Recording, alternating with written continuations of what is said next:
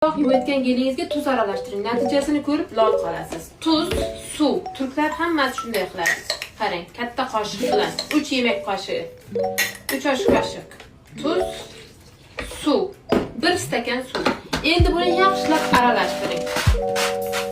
Idish tovoqlaringizga yuvsangiz ham mikroblarni o'ldiradi, ham top-toza qilib yuvadi. Sarg'ayib qolgan stakanlar, piyolalar borku, o'shalar bitta ishqalashda top-toza qilib yuboradi. Ham qo'lingiz zarar ko'rmaydi. Qo'lingiz chaqaloq qo'li deb yaxshilab aralashtirdik. Endi hozir idish tovoqlarni yuvib boshlaymiz. Men sizga bitta sirni ko'rsataman. Turklar har doim shu bilan yuvadi. Qarang. Bu uchalasi bitta narsa emas. Bu idish tovoqlar yuvishga, bu qozonlar yuvishga, bu gazni yuvishga bir xil narsa emas bu.